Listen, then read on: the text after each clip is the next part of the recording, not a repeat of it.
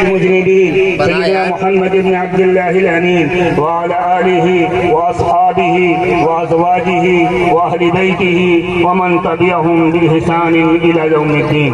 أما بعد فأعوذ بالله من الشيطان الرجيم. بسم الله الرحمن الرحيم.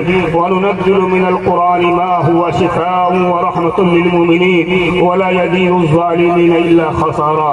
صدق الله العلي العظيم. ابھی بھی ہمارے کچھ نوجوان موٹر سائیکلوں سے ٹیک لگائے ہوئے ہیں، ان سے ہماری گزارش ہے اس طرح سے تھوڑی دیر کے لیے آ جائیں. روزانہ ہم ٹہلتے ہیں، روزانہ ہم دفعے کرتے ہیں، تھوڑی دیر دین کی نسبت پر آپ کے نوجوان، آپ کے گاؤں کے، آپ کے موضع کے غیور علماء نوجوانوں نے پروگرام رکھا ہے. آپ کی اس میں شرکت یہی ہے کہ آپ ان پروگرام میں شریک ہو کر اپنی زندگی کو بدلنے کا فیصلہ کریں. آئیے ہم اللہ تعالیٰ ہمارے دلوں کو اسلام کے لیے کھول دے اور ہماری نیتوں کو صحیح کر دے. ہماری نیت سب سے بنیادی چیز ہے. نیت اگر نیت ہماری صحیح ہوگی تو ہمارے اعمال صحیح ہوں گے. اگر ہماری نیت میں فساد ہوگا تو ہمارے اعمال صحیح نہیں ہوں گے. اس لیے ہم نیت صحیح کریں. ہم بھی نیت کرتے ہیں کہ جو بات میں کہوں اللہ اس کو ہمارے دل میں اتارے، آپ کے دل میں اتارے اور ہم سب کو اس کے مطابق زندگی گزارنے کی توفیق عطا فرما دے. اصل چیز رضا الہی ہے، محبوبیت خدا بندی ہے. اگر رضا الہی اور محبوبیت خدا بندی انسان کو حاصل ہو جائے تو دنیا کی کوئی طاقت انسان کو برباد نہیں کر سکتی. ہر چوراہے پہ، ہر محفل میں صرف مسلمانوں کی بربادی اور مسلمانوں کے زوال اور مسلمانوں کی ناکامی کی داستانیں چلتی رہتی ہیں. ایمان مسلمان چائے کے گھونٹ پیتا ہے اور اپنی بربادیوں کے قصے اپنی کانوں سے سن سن کر اپنے آپ کو پسمردہ بنا رہا ہے. اس لیے ہم ان مجلسوں میں بیٹھے اور ان مجلسوں میں بیٹھ کر دل کو پسمردہ بنانے کے بجائے، جسم کو کاہل بنانے کے بجائے ان حوصلہ مند چیزوں کو سنیں، ان حوصلہ مند چیزوں کو سنیں جن سے ہماری زندگی باوقار ہو اور جن سے ہماری زندگی بامقام بنے اور جس سے اس ملک میں ہم ہی نہیں اسلام کی عزت اور مسلمانوں کی عزت اور مسلمانوں کی شان دوبالا ہو. قابل مبارکباد ہیں ہمارے وہ طلبہ جنہوں نے حفظ مکمل کیا اور قابل مبارکباد ہیں وہ اساتذہ اکرام حضرت مولانا سعد صاحب اور دامت برکاتہم اور یہاں حضرت مولانا عبدالوکیل صاحب اور یہ جتنے بھی ان کے ساتھی رفقا ہیں، یہ سب قابل مبارکباد ہیں. انہوں نے قرآن مقدس کے ختم کی نسبت پر یہ مجلس منعقد فرمائی. اصل بیان تو حضرت مولانا توصیف صاحب جو ہمارے عزیز ہیں، چھوٹے ضرور ہیں ہم سے لیکن بڑے نیک فعال دائی عالم ہیں، بعمل عالم ہیں، متقی عالم ہیں. ان کا بیان آپ غور سے سنیں گے اور یہ سب بیانات صرف اسی لیے ہیں کہ ہماری زندگی میں تبدیلی ہے. اللہ رب العزت ہمیں صحیح شعور عطا فرمائے اور صحیح سمجھ عطا فرمائے. اور آج کے اس جلسے کو خصوصاً ہمارے ان طلبہ کو جنہوں نے قرآن مقدس کو مکمل کیا ہے، قرآن کو اپنے سینوں میں محفوظ کیا ہے، ان کی زندگیوں کے اللہ رب العزت قابل رشک بنائے اور قابل مبارکباد بنائے. میں نے عرض کیا تھا دنیا میں اس وقت ہم چائے کی دکانوں پر بیٹھ کر مایوسی کی گفتگو کرتے ہیں، جسمانی تکلیفوں کی بات کرتے ہیں. حالانکہ دنیا میں دو کشمکش ہے، دو قومیں ہیں اور دو کشمکش ہے. جب سے دنیا قائم ہوئی ہے آج تک اور صبح قیامت تک دو ہی چیزیں رہیں گی. ایک دنیا والوں کا نظام ہے، ایک انبیاء علیہ السلام کا لایا ہوا پاکیزہ خدائی نظام. دنیا والوں کا نظام صرف مادیت کے ارد گرد گھومتا ہے، مخلوق کے ارد گرد گھومتا ہے. اس کائنات کے اندر جتنی چیزیں دکھائی پڑ رہی ہیں، جو مادہ ہے، جو میٹیریل ہے، اس کے گرد گھومتا ہے اور اس کی اصلاح، اس کی ترقی، اس کے بنانے، اس کی سنوارنے کی فکر میں لگا رہتا ہے. اور انبیاء علیہ السلام، جتنے بھی انبیاء علیہ السلام ہیں، سب کی محنت کا میدان غیر مادی چیز تھی، سب کی محنت کا میدان روحانیت تھی. روح اور جسم دو چیزوں سے انسان بنا ہے جسم سے، اور جان جو سانس چل رہی ہے اس سے، اور جو اس کے اندر اللہ رب العزت نے روح رکھی ہے اس سے انسان بنا ہے۔ انبیاء علیہم الصلوۃ والسلام، جتنے بھی انبیاء علیہم الصلوۃ والسلام ہے، خاص طور سے امام الانبیاء تاجدار مدینہ حضور احمد مجتبی محمد مصطفیٰ صلی اللہ علیہ وسلم تشریف لائے، وہ تمام انبیاء علیہم الصلوۃ والسلام کی تعلیمات، اور جو ابھی قرآن پاک کی تلاوت ہو رہی تھی، اور جو قرآن پاک ہمارے بچوں نے حفظ کیا ہے، اور جو قرآن پاک ہمارے درمیان موجود ہے، اس پورے قرآن مقدس کا خلاصہ انسانی روحوں کو بنانا ہے، انسانی روحوں پر محنت کرنی ہے، انسانی روحوں کے فساد کو دور کرنا ہے، انسانی روح کے اندر تازگی لانا ہے، اور انسانی روح کو قوت اور طاقت دینا۔ پوری دنیا کی محنت مادی چیزوں کی ہے، پوری دنیا کی محنت مادی چیزوں کی ہے، مٹیریلزم کی ہے، پوری دنیا صرف مادی چیزوں پر محنت کرتی ہے، اس لیے مادی چیز کے ضائع ہونے پر، مادی چیز کے نقصان ہونے پر اس کو غم ہوتا ہے۔ آنکھ چلی جاتی ہے اسے غم ہوگا، ہاتھ ٹوٹ جائے گا اسے غم ہوگا، پیر کٹ جائے گا اسے غم ہوگا، سڑک خراب ہو جائے گی اس کو فکر ہوگی، اور بلڈنگیں ٹوٹیں گی اس کو غم ہوگا، مال چلا جائے گا اس کو غم ہوگا، اور جائیداد چلی جائے گی اسے غم ہوگا۔ لیکن انبیاء علیہم الصلوۃ والسلام نے جو غم کی چیز بتائی ہے وہ یہ بتائی ہے، اگر روح مر گئی انسان مر گیا، روح مر گئی انسان چلا گیا، روح اصل بنانا ہے، روح اگر بن گئی تو انسان لہرا اٹھے گا، اور یہ مادی جسم جو کل ہمارا مٹی میں ملے گا، جو ہمارا گل سڑ جائے گا، جس کو کیڑے مکوڑے کھا لیں گے، اور ہماری روح پرواز کر جائے گی، اگر یہ روح تر و تازہ رہے گی، یہ روح طاقتور رہے گی، اس روح پر محنت کر کے اللہ کی محبت، اللہ کی معرفت، اللہ کی رضا کو حاصل کرنے کا جذبہ اس کے اندر آئے گا، اور یہ روح طاقتور ہو جائے گی، پھر یہ جسم اب یہ قیمتی بن جائے گا، یہ آنکھیں قیمتی بن جائیں گی، یہ ہاتھ قیمتی بن جائیں گے، یہ اس کے اعضاء جوارے قیمتی بن جائیں گے، پھر اسی جسم کے ذریعے دنیا میں انقلاب برپا ہوگا۔ آج ہوٹلوں پہ، چائے کی دکانوں پہ ہمارے جتنے افسوس کے مظاہر ہوتے ہیں وہ اس بات کے ہوتے ہیں، فلاں جگہ ماب لنچنگ ہو گئی، حکومت نے یہ کام کر دیا، فلاں جگہ بلڈوزر سے مکان گرا دیا گیا، فلاں کو قتل کر دیا گیا، فلاں کی جائیداد لوٹ لی گئی۔ لیکن میرے دوستوں اور بزرگوں، اسلام کی تاریخ میں یہ چیزیں، یہ دور آئے ہیں اور گئے ہیں، جسم بھی مٹے ہیں، جائیدادیں بھی مٹی ہیں، اور مسلمانوں کی املاک بھی ضائع ہوئی ہے، لیکن جن لوگوں نے اسلام کو سینے سے لگا کے رکھا، قرآن کو سینے سے لگا کے رکھا، قرآن کی محنت کی، قرآن ہی کے مطابق زندگی گزاری، اللہ رب العزت نے ان کو ہمیشہ باقی رکھا، ان کا کوئی کچھ نہیں کر سکتا۔ آج کے اس جلسے کا بھی، اس ختم قرآن کی محفل کا بھی یہی مقصد ہے کہ ہم اپنی بقا، اپنا تحفظ، اپنی کامیابی کس میں تلاشتے ہیں، کس میں تلاشتے ہیں، دنیا کی اور قومیں جن کے سامنے صرف مادیت کا میدان تھا، اس دنیا کے علاوہ جو آخرت کی دنیا ہے ان کے سامنے کوئی نظریہ ہی نہیں، کوئی سوچ ہی نہیں، کوئی تعلیم ہی نہیں، کوئی ہدایت ہی نہیں، وہ ساری تبودو، ساری محنت، ساری کوشش، ساری تعلیم کے نظام کا سسٹم اور ساری حکومتوں کا سسٹم صرف اس بات پر ہے کہ جب تک یہ دنیا بنی رہے، دنیا میں زلزلہ نہ آنے پائے، دنیا میں بگاڑ نہ آنے پائے، دنیا میں تباہی نہ آنے پائے، اور انسان جب تک زندہ رہے، سکون سے رہے، عافیت کے ساتھ رہے، انسانی جسم کو بچایا جا سکے، انسانی جسم کو آسودہ رکھا جا سکے۔ لیکن انبیاء علیہم السلام ان کاموں کے لیے نہیں آتے۔ اس لیے آپ دیکھیں سرکار دو عالم صلی اللہ علیہ وسلم کی بعثت سے لے کے حضور پاک صلی اللہ علیہ وسلم کے وصال تک حضور پاک صلی اللہ علیہ وسلم کو چین نہیں ملا، سکون نہیں ملا، راحت نہیں ملی، بھرپیٹ کھانا نہیں ملا، دسترخوان پہ مرتب غذائیں نہیں ملی، آسودگی نہیں ملی۔ حضور پاک صلی اللہ علیہ وسلم کے ساتھ حضور پاک صلی اللہ علیہ وسلم کے جانثار صحابہ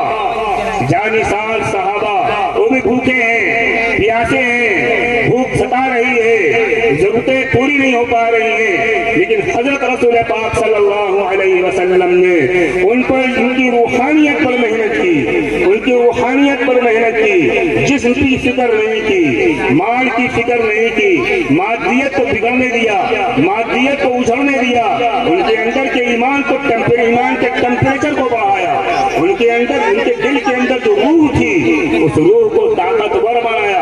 پھر نتیجہ یہ نکلا کہ دنیا شاہد ہے، دنیا گواہ ہے کہ صرف دنیا میں سب سے بڑا انقلاب جو اس روئے زمین پر آیا وہ سرکار دو عالم حضرت محمد رسول اللہ صلی اللہ علیہ وسلم کے ذریعے آیا، کہ جس مکے سے ذلیل اور رسوا کر کے نکالے جا رہے ہیں، جس مکے سے بے گھر کیے جا رہے ہیں، جس جگہ وطن گھر چھڑوایا جا رہا ہے، کہیں کسی کے بچے کو چھینا جا رہا ہے، کہیں شوہر کو بیوی سے جدا کیا جا رہا ہے، کہیں بیٹے کو ام سلمہ رضی اللہ تعالی عنہا کے بیٹے کو چھین لیا گیا۔ حضور پاک صلی اللہ علیہ وسلم کا طرز عمل کیا ہوا؟ حضور نے انتقام کا جذبہ نہیں لیا، حضور نے انتقامی کارروائی کی داستانیں نہیں بنائی۔ حضرت رسول پاک صلی اللہ علیہ وسلم صرف اپنے جانثار صحابہ کو روحانیت کی تعلیم دیتے رہے، روح کو ترقی کراتے رہے، ان کا نظریہ بدلواتے رہے، ان کے نظریے کو پختہ کراتے رہے اور یہ اعلان کرواتے رہے، اللہم لا عیش الا عیش الاخرہ، اللہم لا عیش الا عیش الاخرہ۔ زندگی تو اصل آخرت کی زندگی ہے، کامیابی تو اصل آخرت کی کامیابی ہے۔ دنیا میں جو انسان آیا ہے آخرت کی کامیابی کے لیے آیا ہے۔ ان اچھے چہروں کو لے کے انسان کیا کرے گا؟ ان اچھے جسموں کو لے کے ڈیل ڈول والے جسموں کو لے کے کیا کرے گا؟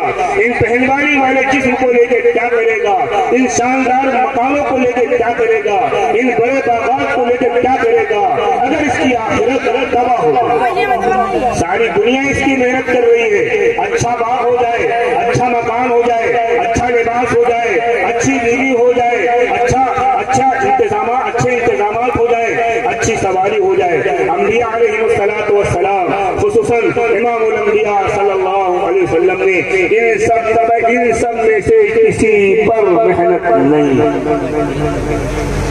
آج امت بھی علماء پر الزام لگا رہی ہے، امت کا دانشور طبقہ، ہمارا نوجوان، اس لیے میں نے اپنے نوجوانوں کو بیٹھنے کی بات کہی ہے، کہتا ہے مولوی تو صرف قرآن کی بات کرتا ہے، صرف مسجدوں سے جوڑنے کی بات کرتا ہے، صرف آخرت کی بات کرتا ہے، صرف نماز کی بات کرتا ہے۔ دنیا کہاں جا رہی ہے؟ دنیا میں کیا ہو رہا ہے؟ یہاں یہ ہو رہا ہے، یہاں یہ ہو رہا ہے، یہاں یہ ہو رہا ہے، اور یہ مولوی قوم کو گمراہ کر رہا ہے۔ یہ مولوی، یہ علماء کرام انبیاء کے وارث ہیں، جو انبیاء علیہ الصلوۃ والسلام نے اپنے صحابہ کو تعلیم دی تھی۔ علماء جب تک قیامت تک وہی تعلیم انشاءاللہ دیتے رہیں گے۔ وہ صبح بڑی منحوس صبح ہوگی جس صبح کو علماء بھی مادیت کی تعلیم دینے لگیں گے، علماء بھی مکانوں کی بات کرنے لگیں گے، علماء بھی سڑکوں کی بات کرنے لگیں گے،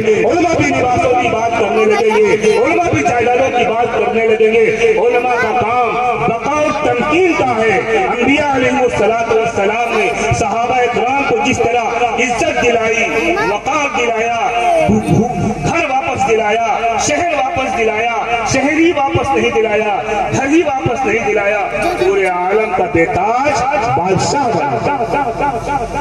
سرکار دو عالم صلی اللہ علیہ وسلم کی حیات طیبہ میں ایک لمحہ بھی باغات کی اصلاح کے لیے نہیں ہے، ایک لمحہ بھی لباس کے لیے نہیں ہے، ایک لمحہ بھی کھانے کے لیے نہیں ہے۔ صحابہ رو رہے ہیں، بعض لوگوں کے ساتھ زیادتیاں ہو رہی ہیں، صلح حدیبیہ میں صلح ہو رہی ہے، سہیل بن جندب آ رہے ہیں، بیڑیوں میں جکڑے ہوئے ہیں، ابھی صلح بھی نہیں ہوئی ہے اور صحابہ کہہ رہے ہیں اور حضور نے درخواست بھی کی مشرکین مکہ کے ساتھ کہ میرے کہنے پہ ان کو چھوڑ دو، ایک ہی بندہ ہے اسلام میں آیا ہے، ابھی صلح مکمل نہیں ہوئی، کافر کتنا اندر آ رہا ہے، مشرک کتنا اندر آ رہا ہے، نہیں ہم اس کو بھی نہیں چھوڑیں گے، اگر آپ کو صلح منظور ہے تو پہلے اس صلح کا نفاذ ان پر ہو۔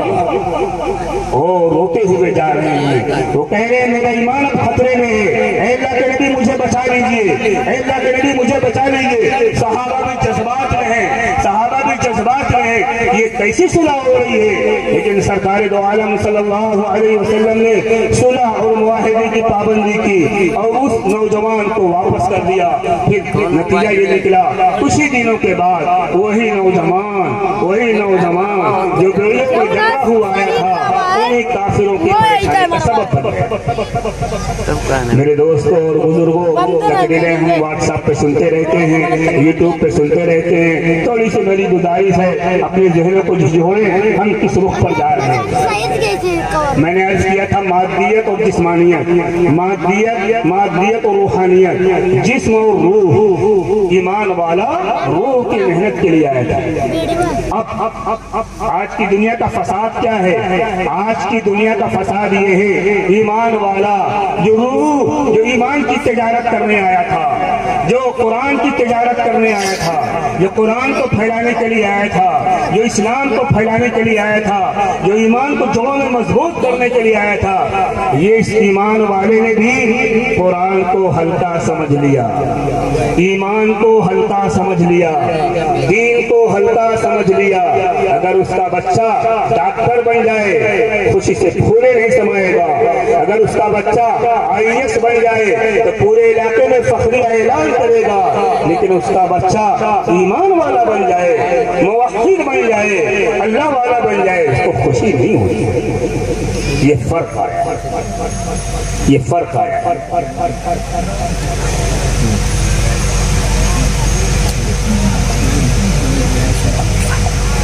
اس فرق کے نتیجے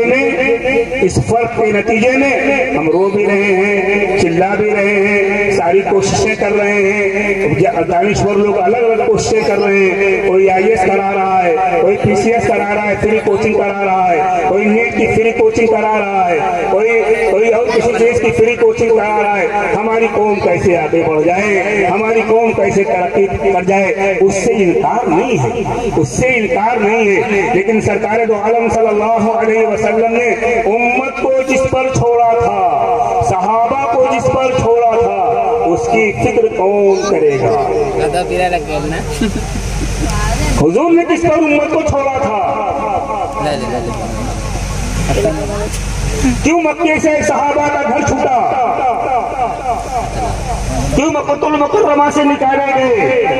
کیوں حبشہ کی ہجرت کرنی پڑی؟ کیوں غزوہ بدر، غزوہ احد، غزوہ خندق ہوئی؟ مدینے میں رہنا مشکل کر دیا گیا۔ باز رکھیے گا، باطل ہمیشہ دعویٰ کرتا ہے، باطل ہمیشہ گنگناتا ہے۔ اللہ نے فرما دیا یریدون لیطفئوا نور اللہ بافواہہم واللہ متم نورہ ولو کرہ الکافرون۔ یہ باطل کو ہمیشہ چاہے گا اسلام کو مٹا دے، دین کو مٹا دے، قرآن کو مٹا دے، لیکن اللہ فرما رہا ہے واللہ متم نورہ ولو کرہ الکافرون۔ اللہ اپنے نور کو مکمل کر کے رہے گا۔ اللہ کے دین کو کوئی نہیں مٹا سکتا، اللہ کے دین کو کوئی مٹا ہی نہیں سکتا۔ مکے سے نکالے جا رہے ہیں، حبشہ ہجرت کرنی پڑ رہی ہے، مکے سے جب ہجرت کرتے جا رہے ہیں سامان لے لیا جا رہا ہے، گھر چھوڑنے کو مجبور کیا جا رہا ہے، کہیں اور ستایا جا رہا ہے، لیکن مکے سے ایمان بچانے کے لیے گھر چھوڑ دیا، شہر چھوڑ دیا، بیوی کو چھوڑ دیا، کسی نے شوہر کو چھوڑا، کسی نے بچوں کو چھوڑا، کسی نے خاندان کو چھوڑا، کسی نے چچا کو چھوڑا، کسی نے رشتہ داروں کو چھوڑا، کسی نے دوستوں کو چھوڑا، ایمان کی خاطر مدینے ہجرت کر لی۔ اب پھل کیا ملا؟ ایمان کی خاطر ہجرت کرنے کے نتیجے میں صرف 9 سال کی مدت میں جس مکے سے نکال